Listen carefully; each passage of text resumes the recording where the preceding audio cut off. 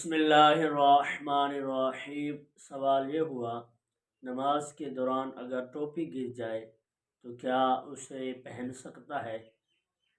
بتاتا چلوں، ٹوپی ہوتی ہیں دو طرح کی۔ ایک تو وہ ٹوپی ہے کہ جس کو اٹھا کر پہننے میں کوئی وقت نہیں لگتا اور ایک ہاتھ استعمال ہوتا ہے، اور کچھ ٹوپیاں وہ ہوتی ہیں کہ جن کو پہننے میں دو ہاتھ استعمال کرنے پڑتے ہیں، اور اگر ایک ہاتھ سے پہنا جائے تو وقت لگتا ہے۔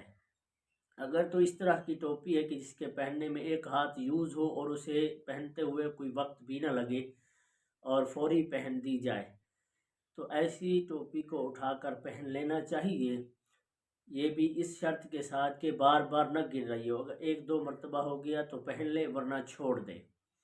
اگر ٹوپی ایسی ہے کہ جو ایک ہاتھ سے بمشکل پہنی جائے گی، وقت کثیر لگے گا، یعنی اتنا وقت لگ جائے گا کہ 3 مرتبہ سبحان اللہ کہنے کی مقدار وقت لگ جائے گا، یا دونوں ہاتھ سے پہننی پڑے گی وگرنہ پہنی ہی نہیں جائے گی، تو ایسی ٹوپی کو چھوڑ دے اگر سر سے گر بھی گئی ہے، کیونکہ اس طرح نماز میں عمل کثیر کرنا لازم آئے گا اور عمل کثیر سے نماز ٹوٹ جاتی ہے۔